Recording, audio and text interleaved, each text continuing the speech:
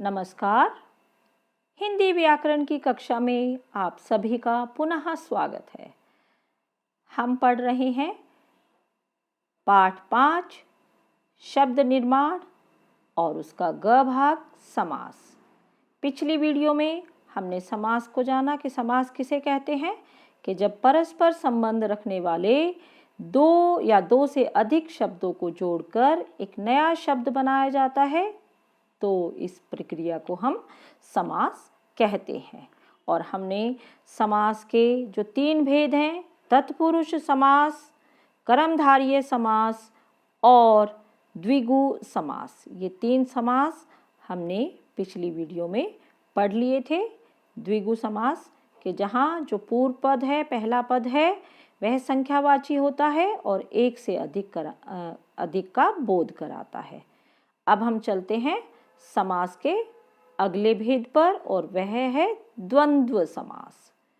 द्वंद्व समास में दोनों ही पद, उत्तर पद और पूर्व पद, दोनों ही प्रधान होते हैं। कोई भी पद गौण नहीं होता, अर्थात दोनों ही समान रूप से महत्वपूर्ण होते हैं। और जब हम इनका समस्त पद बनाते हैं तो बीच में केवल एक योजक चिन्ह लगा देते हैं, और जब विग्रह करते हैं तो हम और या तथा लगाते हैं। उदाहरण के रूप में देखते हैं हम कि रुपया पैसा, यह सामासिक शब्द है। अब यहाँ पर आप देखें तो रुपया और पैसा दोनों ही पद समान महत्वपूर्ण हैं, दोनों ही प्रधान पद हैं। और जब हम इसका सामासिक शब्द हमने बनाया तो बीच में हमने योजक चिन्ह लगा दिया, और जब विग्रह किया तो केवल बीच में और लगा दिया। दाल भात, दाल और भात, माता पिता, माता और पिता, भाई बहन, भाई और बहन। तो हमने जाना कि जो द्वंद्व समास है उसमें दोनों पद प्रधान होते हैं, और जब समस्त पद इसका बनाते हैं तो बीच में हम योजक चिन्ह का प्रयोग करते हैं। अब बढ़ते हैं अगले समास की ओर। अगला समास है बहुव्रीहि समास। अब यहाँ पर आप उदाहरण देखिए। रावण दशानन भी कहलाता है, कि जो रावण है उसका नाम दशानन भी है। लंबोदर गणेश जी कहलाते हैं। चक्रपाणि भगवान विष्णु का नाम है। माँ सरस्वती श्वेतांबरा हैं। अब ये उदाहरण हमने देखे। हमने जाना कि जो एक खास व्यक्ति या खास वस्तु के लिए एक हम विशेष नाम दे देते हैं, ठीक है। जैसे हमने रावण को दशानन भी हम कहते हैं, उसी का नाम है। जब हमने शब्द पढ़े थे योगरूढ़ शब्द, तब भी हमने जाना था कि योगरूढ़ शब्द जो हैं होते तो यौगिक ही हैं, यौगिक शब्द हैं जो दो से अधिक शब्दों से बन जाते हैं, लेकिन उनका प्रयोग किसी विशेष के लिए किया जाता है।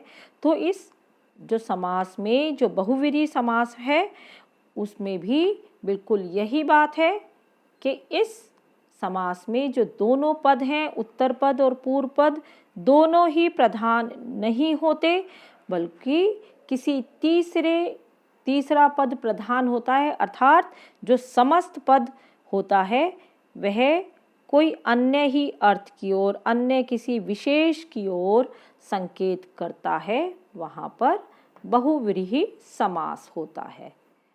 जैसे उदाहरण देखते हैं हम।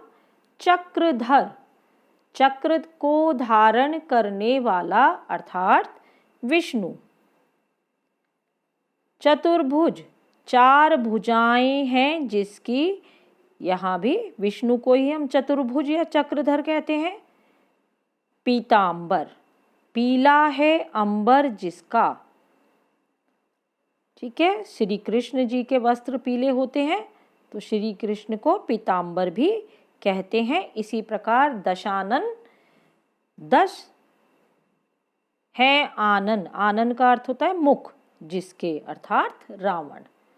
तो बहुव्रीहि समास में ना तो पूर्व पद प्रधान होता है ना उत्तर पद, बल्कि जो समस्त पद होता है वह किसी तीसरे के लिए ही संकेत करता है, तो वहाँ होता है बहुव्रीहि समास। अब बच्चों यहाँ एक उदाहरण दिया गया है, नीलकंठ। नीला है कंठ जिसका, अर्थात शिव। शिव जी को हम नीलकंठ भी कहते हैं। लेकिन जब यह नीलकंठ शब्द हमने पढ़ा था, जब हमने कर्मधारय समास पढ़ा था, तब भी नीलकंठ एक शब्द आया था। नीला है जो कंठ, तो यहाँ आपको यह विशेष, इस बात का विशेष ध्यान रखना है कि जब हम विग्रह करते हैं तो उसके अनुरूप उसका जो समास है वह भी बदल जाता है। जैसे नीलकंठ का ही उदाहरण लेते हैं कि नीला है जो कंठ, यदि हम इसका विग्रह ऐसे करते हैं तो समास होगा कर्मधारय, और यदि हम नीलकंठ का विग्रह करते हैं नीला है कंठ जिसका, अर्थात शिव, तो यहाँ बहुव्रीहि समास होगा। अब बढ़ते हैं हम अगले समास के भेद पर, वह है अव्ययीभाव समास। अब यहाँ भी आप उदाहरण देखिए, मैं प्रतिदिन व्यायाम करता हूँ, सड़क के बीचों बीच मत खेलो। भीष्म ने आजीवन ब्रह्मचारी रहने की प्रतिज्ञा ली। अब आप यदि आप देखेंगे इनमें तो जानेंगे कि जो समास का जो पहला पद है वह अव्यय है। अव्यय हमने जाने थे कि जिन पर लिंग व जो क्रिया के संज्ञा के जो पद होते हैं, संज्ञा के जो विकारक शब्द होते हैं उनका कोई प्रभाव नहीं होता। जैसे लिंग वचन या कारक के अनुसार जिनमें परिवर्तन नहीं होता वे अव्यय कहलाते हैं। तो जो पहला पद होता है वह अव्यय होता है, और साथ में ही जब समस्त पद बनेगा वह भी एक अव्यय की भांति ही काम करता है, अर्थात वह भी अव्यय ही बनेगा। तो जिस समास का पहला पद अव्यय होता है और समस्त पद स्वयं अव्यय ही बनता है, वहाँ अव्ययीभाव समास होता है। जैसे हमने पहले उदाहरण में देखा था, प्रतिदिन। प्रतिदिन का यदि हम विग्रह करेंगे तो क्या होगा, हर दिन।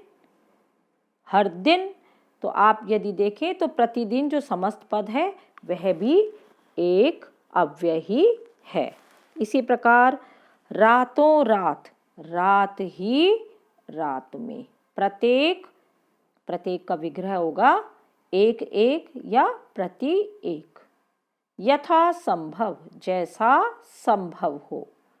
तो अव्ययी भाव में हमने जाना कि जिसका जो पहला पद है वह अव्यय होता है, लेकिन समस्त पद बनने पर भी वह एक अव्यय की तरह ही कार्य करता है, वहाँ पर अव्ययी भाव समास होता है।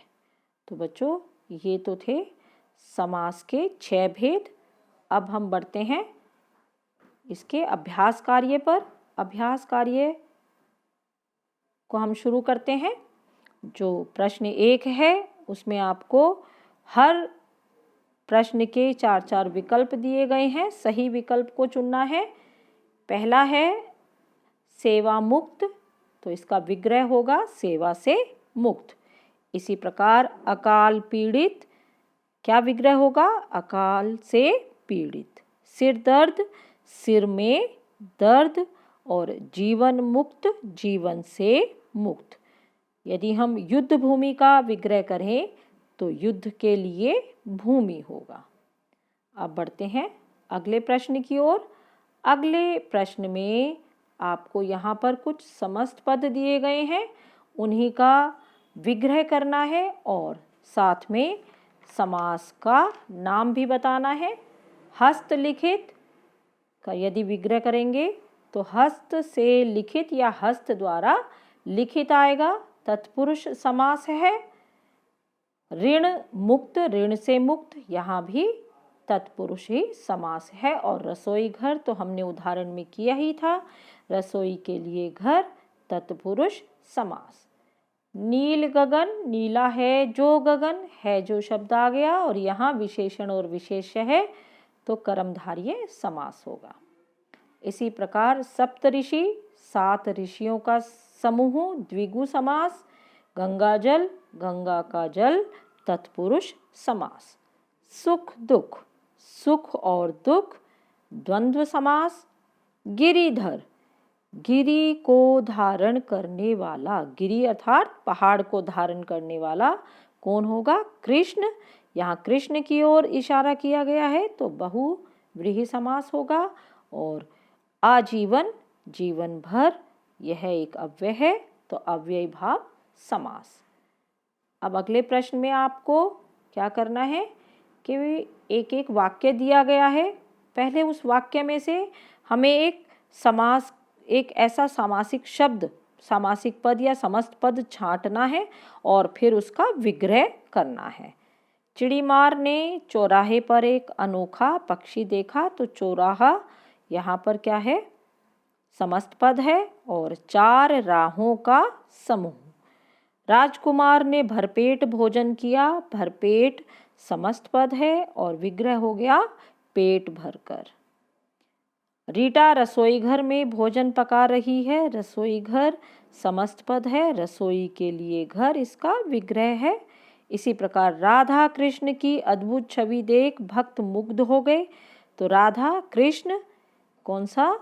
यहाँ पर समस्त पद है और राधा और कृष्ण इसका विग्रह हो गया। इसी प्रकार सेठ माधवदास रातों रात धनी हो गए, रातों रात समस्त पद और रात ही रात में विग्रह। अब चलते हैं अंतिम प्रश्न की ओर। प्रश्न 4, यहाँ पर आपको समस्त पद, समास विग्रह और समास के नाम में कुछ खाली स्थान छोड़ दिए गए हैं, उन्हीं की पूर्ति आपको करनी है। जैसे महात्मा विग्रह है, महान है जो आत्मा है, जो आ गया तो आपको पता ही है यह पहचान है कर्मधारय समास की। इसी प्रकार रेलगाड़ी का विग्रह होगा रेल पर गाड़ी। रेल का अर्थ होता है पटरी, कि पटरी पर जो गाड़ी चलती है उसे हम रेलगाड़ी बोलते हैं, तो रेल पर गाड़ी इसका विग्रह होगा और तत्पुरुष समास। पंचवटी 5 वटों का समूह द्विगु समास। और यहाँ पर आपको दिया हुआ है जन्म से अंधा अपादान तत्पुरुष समास, तो जन्म से अंधा क्या होगा? जन्मांध। ठीक है। आजन्म, जन्म भर और अव्ययी भाव समास। तो ये तो बच्चों थी इसका अभ्यास कार्य। तो यहाँ आपका यह पाठ पूरा होता है। हमने जाना कि किस प्रकार उपसर्ग, प्रत्यय और समास की सहायता से हम नए नए शब्दों का निर्माण करते हैं।